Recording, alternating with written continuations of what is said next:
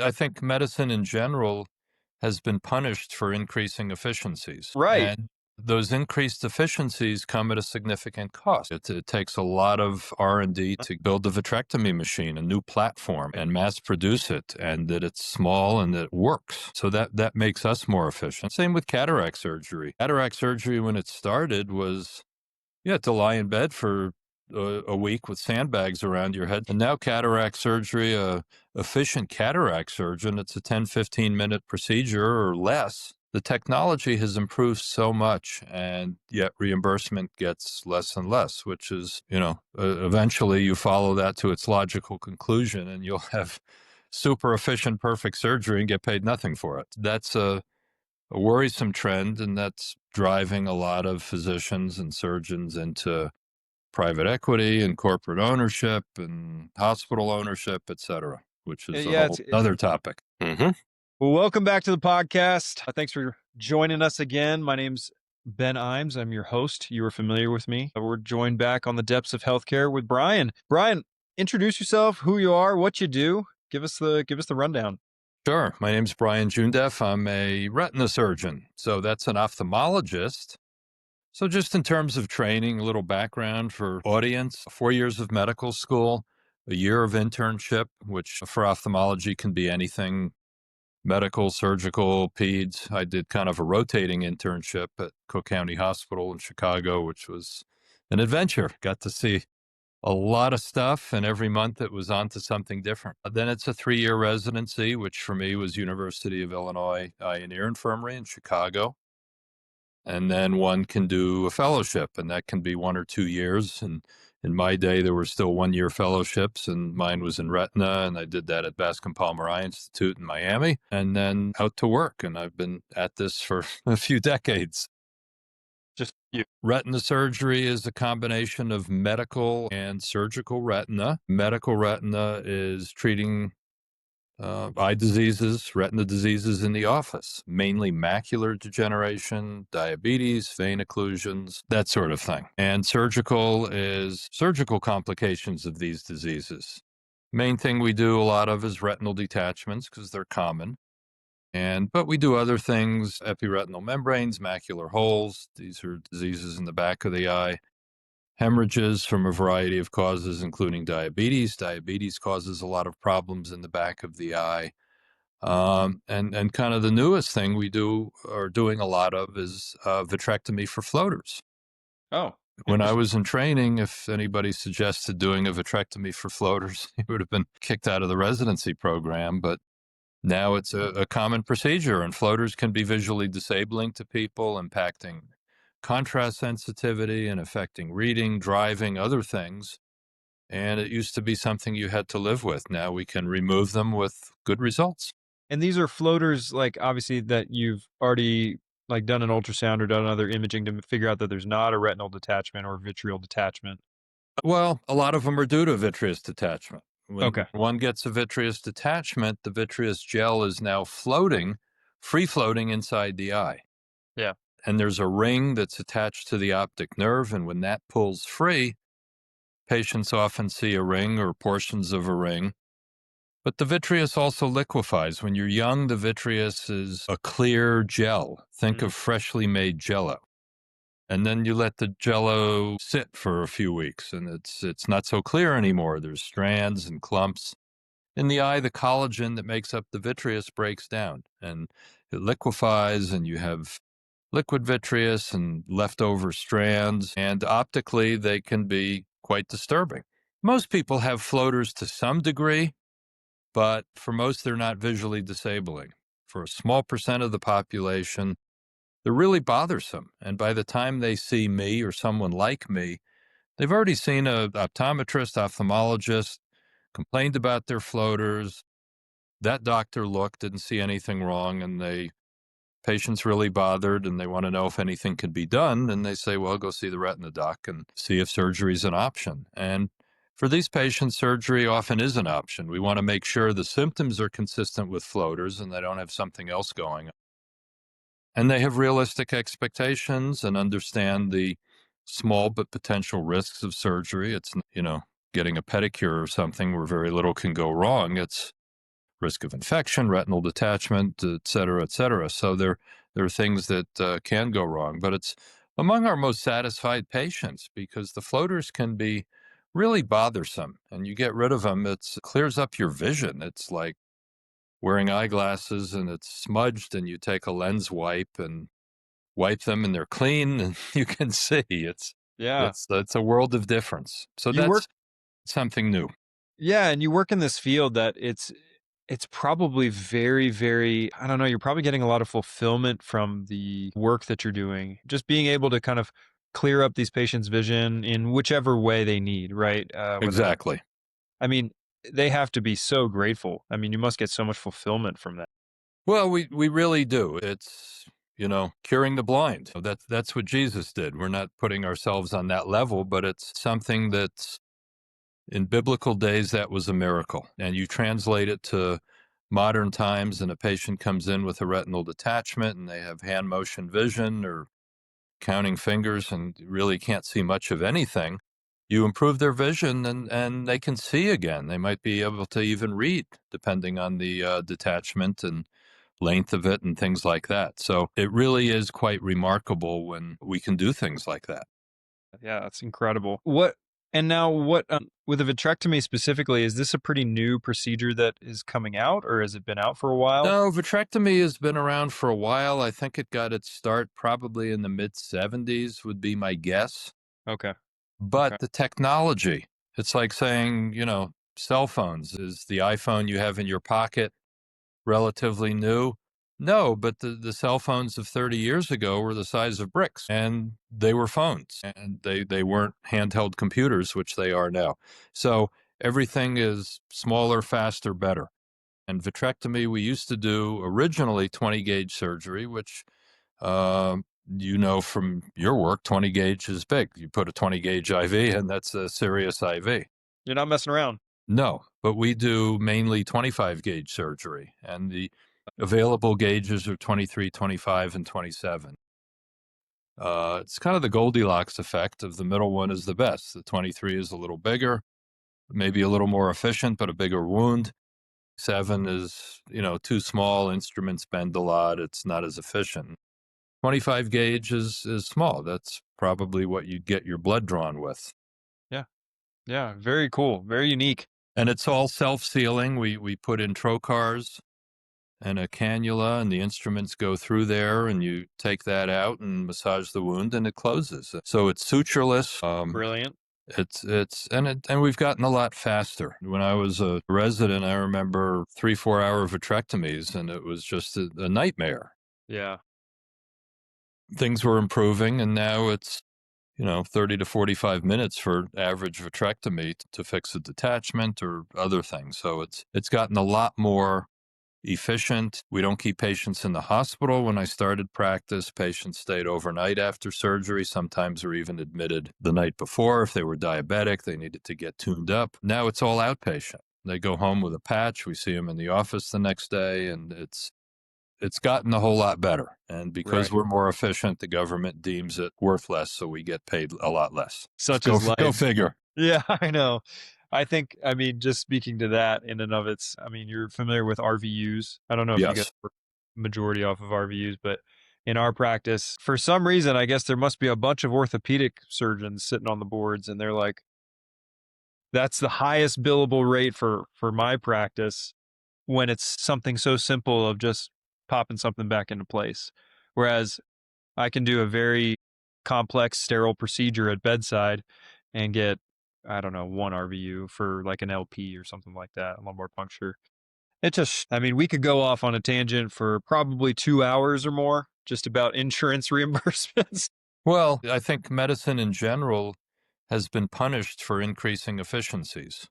Right. And those increased efficiencies come at a significant cost. There's research and development, and I don't want to bash on big medicine, big pharma, Right. equipment manufacturers, but the efficiencies don't just grow on a tree. It takes a lot of R&D to build a vitrectomy machine, a new platform, and mass produce it, and that it's small and that it works. So that makes us more efficient. Same with cataract surgery.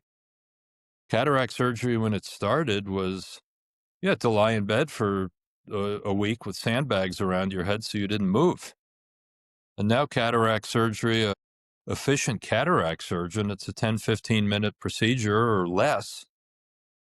Excellent results. They're in and out. You come in, you have your surgery, you go home, just a little bit of sedation, and vast majority have excellent results. And they have fancy intraocular lenses that can correct Yep. nearsightedness, farsightedness, astigmatism, give depth of focus.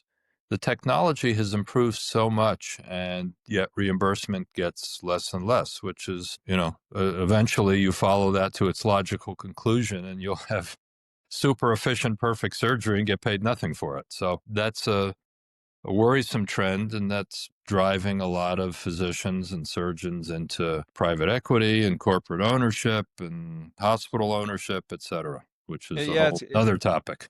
it's a worrying trend for sure, I think, because when you see medicine as taking care of patients, it bucks against that trend of trying to just pump out numbers. I mean, the typical, I remember my first job when they said you need to see 2.2 patients per hour. I'm like, how do I see zero point 0.2 of a patient?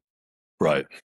I see a patient as a human being, and Correct. you see your surgical patients as human beings. It's like, I'm sorry, I can't deal with numbers that way, but the businesses put that pressure down on the providers and using them as tools You do nowadays. what needs to be done with your patients. Our job is, as physicians, PAs, whatever, is to care for our patients. And if it's quick and they have no questions and everything's good, it could be a very quick exam. On the other hand, if things are complicated or they're not doing what's expected, it takes longer. And everything's paid the same. You're not paid differently based on that, unlike the lawyers who are predominantly the legislators who make the laws. Lawyers bill by the hour. Every 10 minutes, it's ka-ching, ka-ching. Right. And if they take longer, they're compensated. If they take less, they get less. But we're not. We're paid the same rate. No matter And what. the any surgeon is paid the same rate. You go to lawyers, you go to a big law firm and you get the lawyer fresh out of law school, and maybe they're $250 an hour.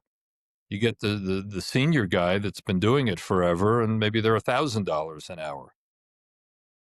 In medicine, not so.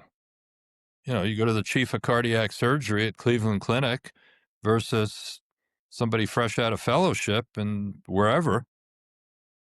They're paid exactly the same for the same procedure, and that's another difference that you don't see Right.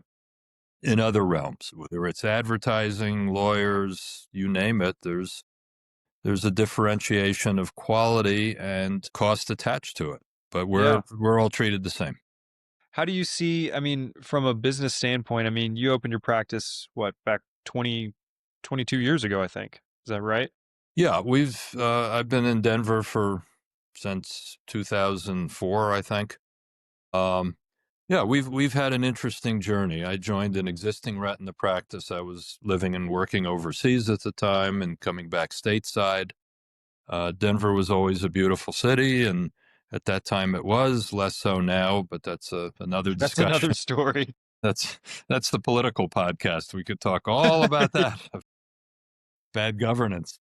But there were basically three small retina groups in town, and we shared after or weekend call basically. So we had a big call group, and rather than, I was in a group of four, rather than being on call every fourth weekend, there were 10 of us, and you're on call every 10th weekend. You're covering more patients, but you're not doing it as often. And we thought, well, maybe let's get together. It seemed like a good idea, economies of scale, contracting, and it made sense. And we formed a group and merged, and the individual little practices kind of went away, and we were all part of a group, and we added, and people retired.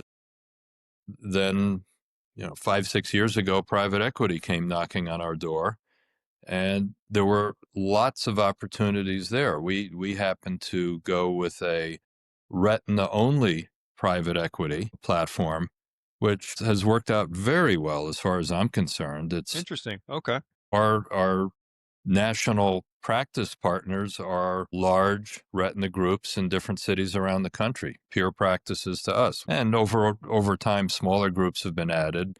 It started out as the 10 plus doctor practices that are active in clinical research. And you go to the retina meetings, and these are the podium speakers and presenters, and it's really a high quality group, and not dealing with general ophthalmology, optometry, any of the things that affect referral patterns and kind of complicate it. And the private equity deals that are multi-specialty, they've struggled more. So we've done very well, and we already had a second sale, and we're corporate owned now, big Fortune 10 company that's bought us to add to their corporate portfolio. So it's gone full scale of Yeah.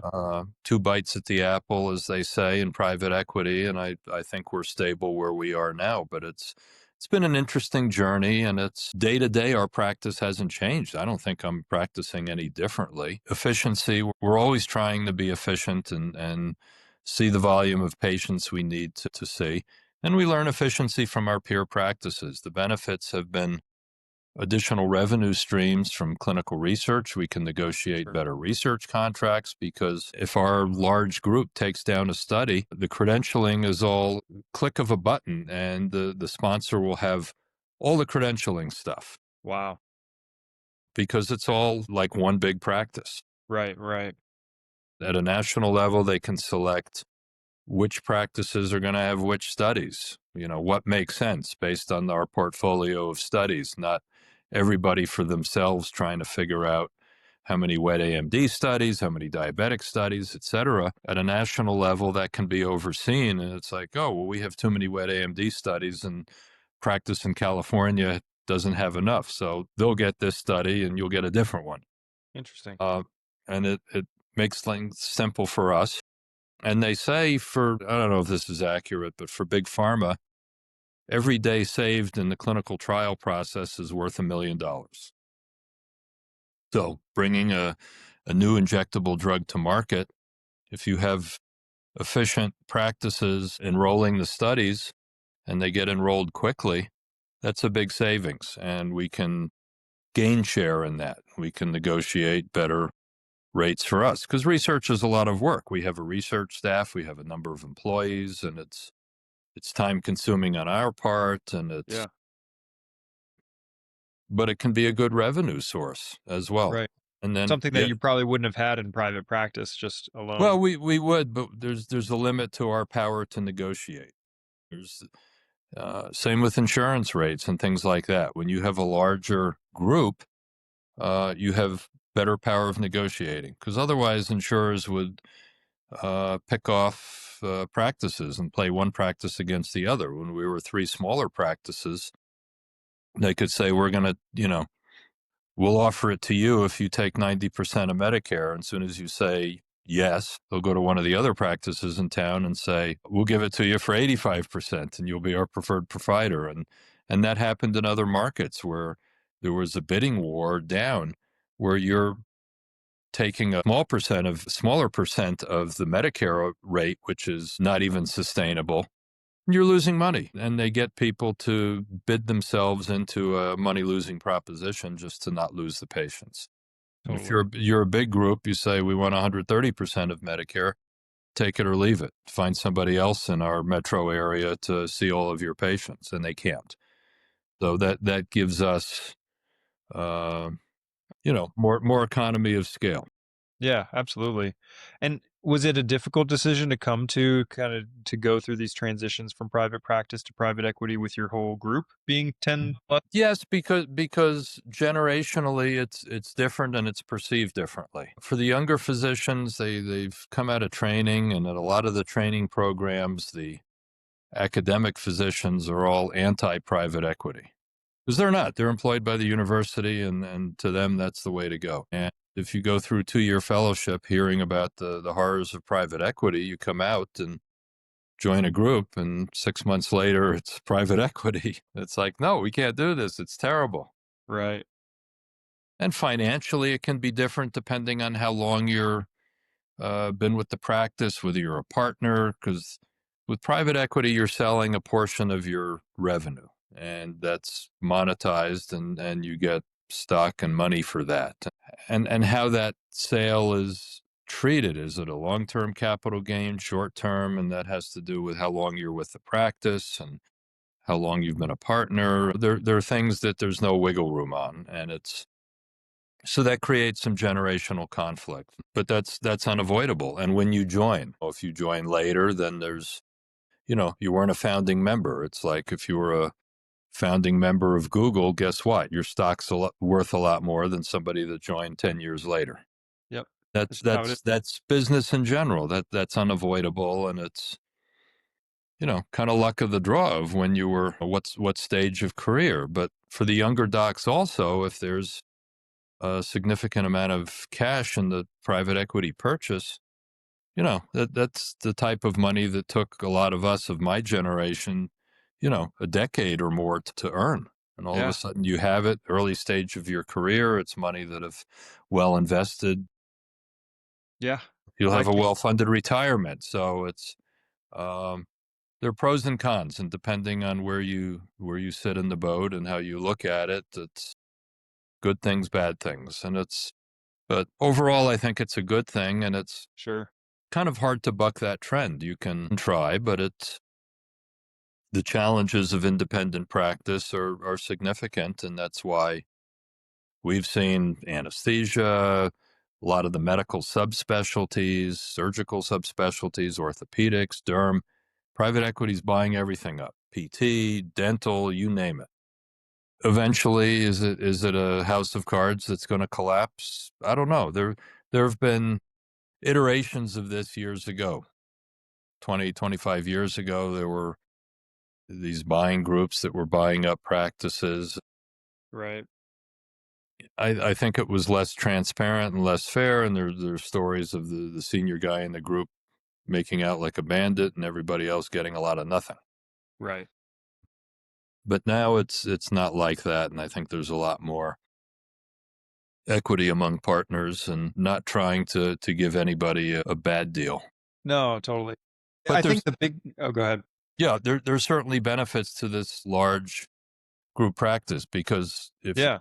if you're a group of 300 doctors versus a group of 10, think of the talent you can hire in terms Totally. of negotiating, research, compliance, marketing, all these things. And then all the groups benefit from that. There's a trickle down effect of the big group can hire a $200,000 person to do something that a smaller group, they can't afford that. So you get benefits of that. So to me, it's been good. And then that's I think that's illuminating because, like you said earlier, I mean, kind of the amongst the medical community, especially academia, is it kind of curses the private equity realm in a sense. But I think one of the big things that I want to kind of ask you and kind of to go over is like what you mentioned earlier is that there's not much change in your day to day. You can still make adjustments based on your practice if you wanted to. Like you still have ownership of your practice in a sense of you're still doing the things you like to do the way that you like to do them, I'm assuming. Correct? Yes, And very so much so. We run our individual practice the way we want. Every practice under the larger organization, they handle compensation as they choose. Divvying up income and expenses. And there's a gazillion formulas and how to do that and how to retire people. It also eliminates the buy-in and buyout and all that, which in right. private practice days could be very onerous. Yep. But Heard how about we run things, we hire our staff. We've got probably 200 employees, and it's front desk people and finance and research and technicians, scribes, etc. That's our responsibility. yeah. Yeah. We have support if we need it, and we can. There's also financial support. Say you want to open a new office, new location. Well, that's going to benefit the entire organization. So the national platform will help with that financially. And this is all like really good things that you're bringing up. I Absolutely. haven't heard any negative kind of connotations that are making me say this was a bad decision for your group in any way. No, I mean, the potentially onerous ones are you're not earning or taking home everything you earn. You've sold a portion of your income. Sure. So that's reality. But there's a phrase with private equity that I learned when we went through it. It's called income recovery. There's ways of augmenting your income by being more efficient, by better research reimbursement, by drug reimbursement. We inject an awful lot of drugs, Yeah.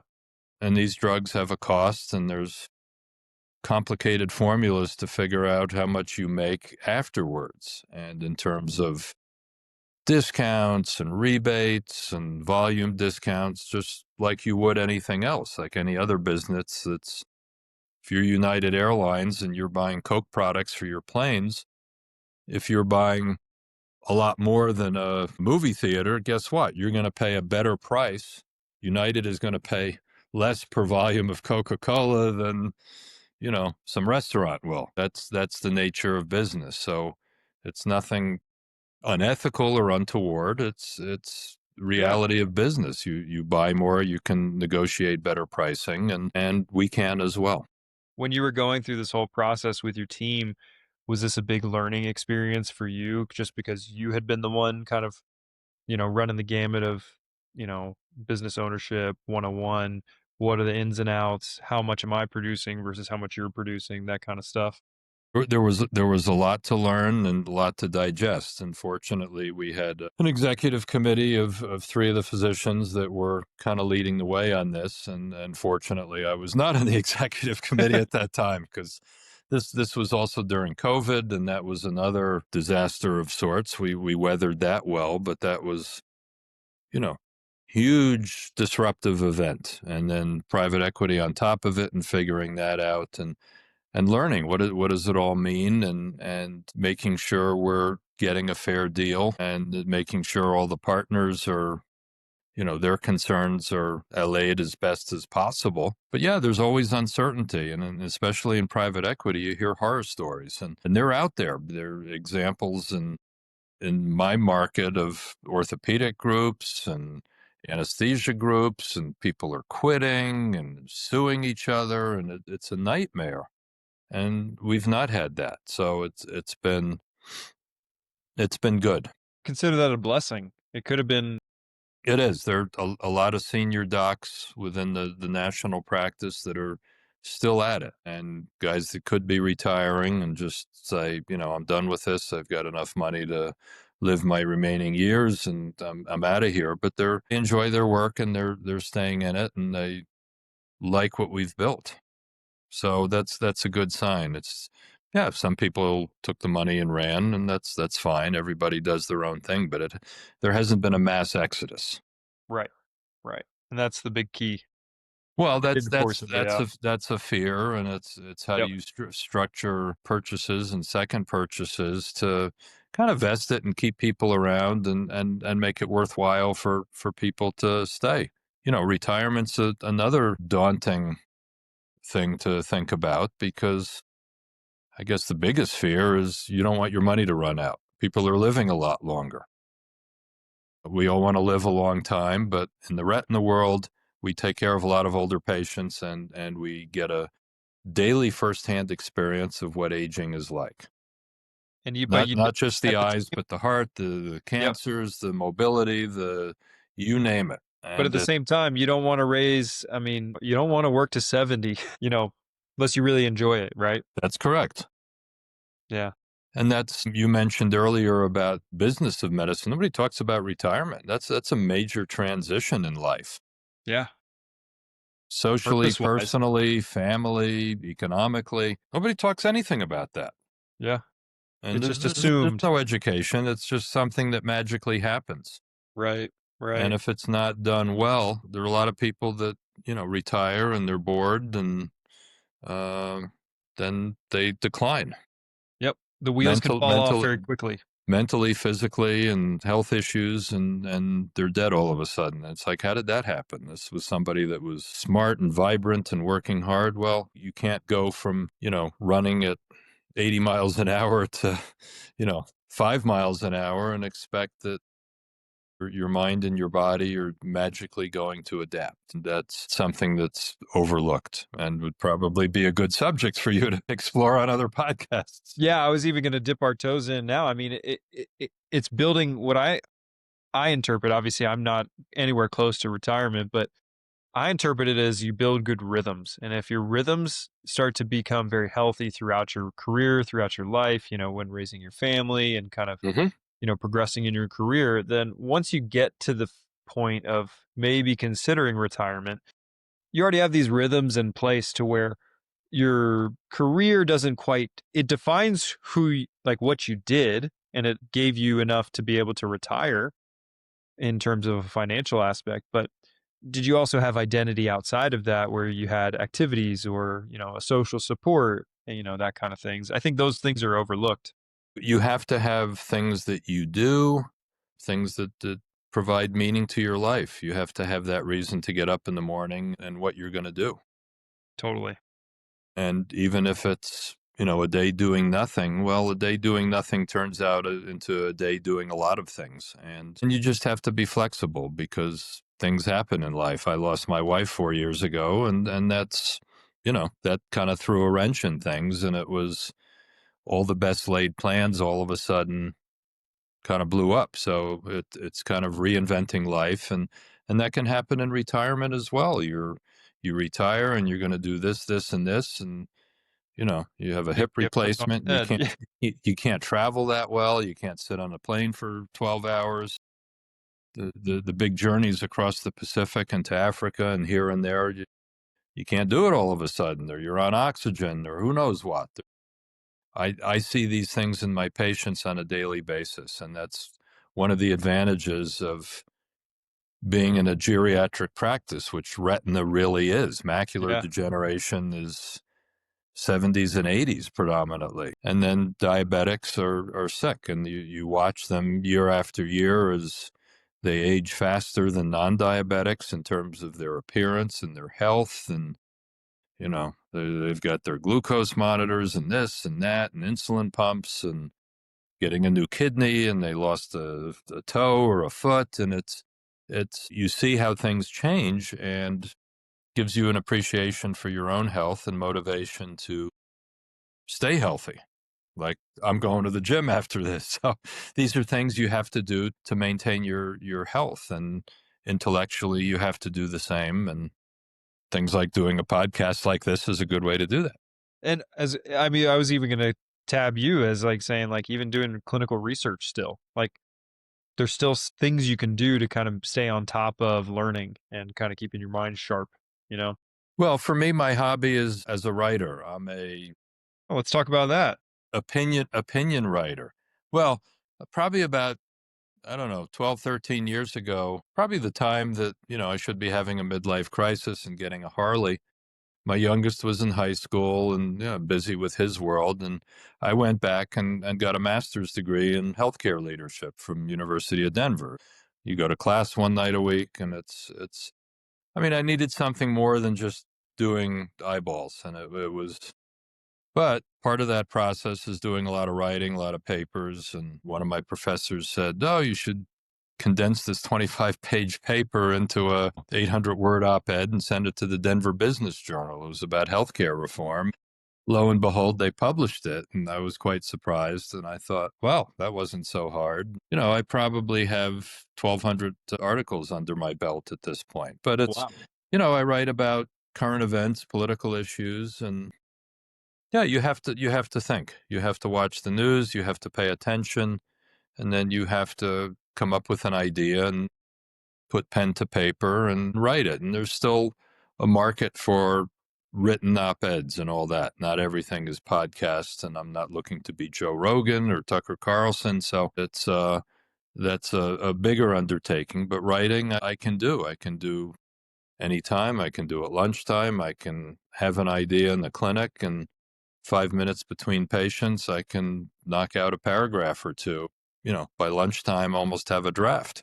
So it's something you can do as long as you're thinking about it and have the ability to write coherently. But that's something I can continue. I haven't really figured out how to monetize it to any significant degree, but I'm not But going to it's be something to keep you sharp. It's something to practice. It's something. absolutely. Yeah. It's intellectually challenging and requires thoughtful analysis and synthesis and all these things that make the brain work. Yep. Absolutely. Very So cool. Very, very cool. that's something that I do and will continue. We'll have to watch this space, basically. Watch this space. Look out for Brian June Def amongst That's the op-ed publications. Yeah, I'm a columnist at American Thinker, a columnist at Rasmussen Reports. So those are my, and if you don't like my politics, you won't like my articles. If you do, you will. So That's that's why they're opinions, though. that's right. From the publications, you can guess which side of the political spectrum I'm on, but to each their own. But it's fun and I enjoy it. And I've written a lot of medical stuff over the years. I don't do Yeah. as much now, but one of our publications had asked me to write an article on AI in retina. Yeah. So that was interesting. It was, again, researching an area I knew a bit about, but it was, again, coming up with an idea and presenting it in coherent fashion that would make sense to colleagues. Sure. So Sure. I think that's a great avenue for keeping mental acuity. It's also exploration, and that's what I really enjoy. I mean, you're able to explore new territory. I mean, Mhm. even AI stuff, obviously that's on the tip of everybody's tongue nowadays. I mean, when it comes to medicine, when it comes to business, when it comes to whatever, I mean, it can pretty much be applied to everything. Well, it's knowing its uses and knowing its limitations. It's like a knife or a gun. It has great uses, but it can also pose dangers if used improperly. And knowing the difference, and there are horror stories where teenagers use it as a therapist, and AI tells the kid to kill themselves, and they do. But a gun can be used in that way too, and people commit suicide with guns. But people also hunt with guns and protect themselves and keep themselves and their family alive with guns. So it's not It's all about the use. It's all about that's the correct. It's not that it's good, that it's bad, it's how it's used. And AI is the same way. There's some things that AI excels at, but if you're sick and you're going to rely on AI rather than go to the doctor, that could be problematic. But check yourself. simple stuff you can. Sure. I had a little cellulitis on my leg this past summer from a bug bite, and I could tell it was getting worse. And took a picture of it and sent it to AI, and it agreed that it was cellulitis. And I'm like, well, what antibiotics? And it recommended, and Hope, I hopefully took them, and recommended it took them, and it Steplex got and a better. doxy. Yeah, well, because if you take the wrong stuff, it won't. Years ago, I had similar, and I had a Z-Pack at home, and I'm like, oh, I'm going to try that. Wasn't getting any better. Went to the dermatologist, and they're like, of course not. Take Keflex, Yeah. Yeah. and then boom, it got better. Just keep me on speed dial, Brian, if that happens again. I'll just send in Absolutely, your script for you. absolutely. So that's AI has its uses, but yeah, take it with a grain of salt. But it can be useful in medicine because its brain is the world that's out there on the internet, and there's a ton of information, and it can suggest things that you may not have thought of, Right. and that's a good thing. It's a quick second opinion. Hmm. Yeah. And I think in my field it'll be helpful in treatment decisions and analyzing images and predicting therapeutic response. We have half a dozen drugs we can inject for macular degeneration, and I can imagine in the not too distant future feeding images and some patient characteristics into AI, and it's saying, use Eylea or use Vabysmo or one of the drugs this is the one that's going to provide you with the best response.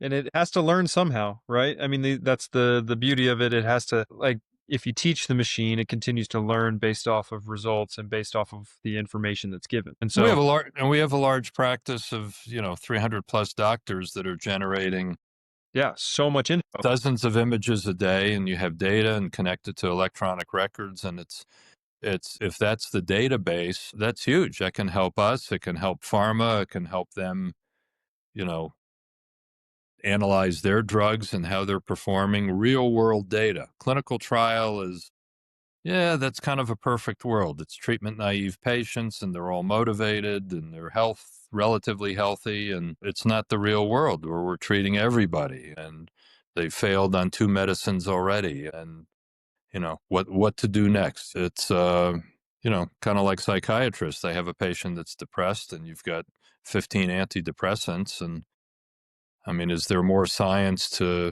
their gut feeling of you're going to do better on this one than that? Yeah. Or they just say, I've always prescribed this. This should work just fine. I'd rather have more information to work off of. Yeah, it'd be great if you could initially pick the drug that's going to work best for that patient. And in Yeah. psych, that's going to be harder because you don't have a lot of hard data to analyze. But in my world, you do. You have a lot of imaging and maybe it can come up with it. So I think that's going to be exciting for the future and guiding things like that.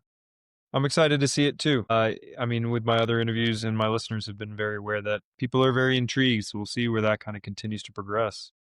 Brian, any kind of closing thoughts? Anything you want to share with my listeners just about, I mean, if they have floaters, where to go, or like where medicine is going, like insights from what your experience has been so far, and pretty much anything's open. Well, sure. New onset of flashes and/or floaters, get your eye checked. It could be a retinal tear, it could be a vitreous detachment, it could be a retinal detachment. You don't know unless you look, and we can't diagnose it over the phone. So that's something you do want to check. Yep. I think the payment system is going to be one of the big challenges going forward because treatment's expensive, insurance is expensive, and people cannot afford it. We're in an economic time where wages have not kept up with cost of living increases, and half the country is living paycheck to paycheck and not savings. And, you're paying $800 a month in insurance premiums and have a high deductible and copay. You're one bad event away from bankruptcy. And it shouldn't be that way. And I'm encouraged that Trump said he's talking to Republicans and Democrats about some kind of Obamacare reform. And I don't know where it will lead, but yeah, we do need a better system because, at least in the US, we pay the most for healthcare and have some of the worst outcomes. Yep. Yep. Uh, this is an ongoing thing, but I hope we reach a breaking point sooner rather than later. Well, unfortunately, if the system collapses and depending who's in power, we could just get a Medicare for all, which outlaws private insurance. The bill is written. It's Bernie Sanders' bill, and you can read it, but there's no private insurance. I mean, you get what you get, and if it's covered, you can have it. If it's not covered, you can't pay for it on your own. That's not a good system. That's top down, Yeah. and people Absolutely. won't be happy with it. It might be free, but you'll be waiting for it. I've worked in overseas systems where there's wait lists and very limited formularies, and people aren't going to like that. I think that's Canadian. I think that's their kind of system right Well, now. Canadian for me, it was New Zealand, and it's yeah, the care's good. It's a public hospital. You wait for your appointment. You get a letter in the mail. This is when your appointment is, and your formulary is very limited. The drugs we use in macular degeneration and diabetes and inject into eyes, a lot of those are not available there in the public system. Privately, you can, but you're going to pay a lot, and Hmm. only a very small percent of the population can pay out of pocket for those things. Yeah. Otherwise, you're dealing with the public system and very basic care. It's not bad care, but it's not the best, and you're not taking advantage of the latest and greatest that's out there that we get in the U.S. and take for granted. Yeah. Yeah. Well, we'll continue to pay attention. I just tell my listeners with the information that you share and we kind of talked about today is always to just, expand your information base rather than just the normal channels, but also always be listening, always be learning, always be advancing, and to understand the depths of healthcare. Yeah, and don't accept where we are as the best it can be. You can always be better and push to make it better. Yeah, absolutely. Well, we'll close on that note. That's a high note to close on. So appreciate your time today, Brian. Absolutely, this was fun. Yeah, really enjoyed talking to you, getting to know your history and where things are going to continue to go. Perfect. Thanks, Brian. You take it easy, man. Thank you.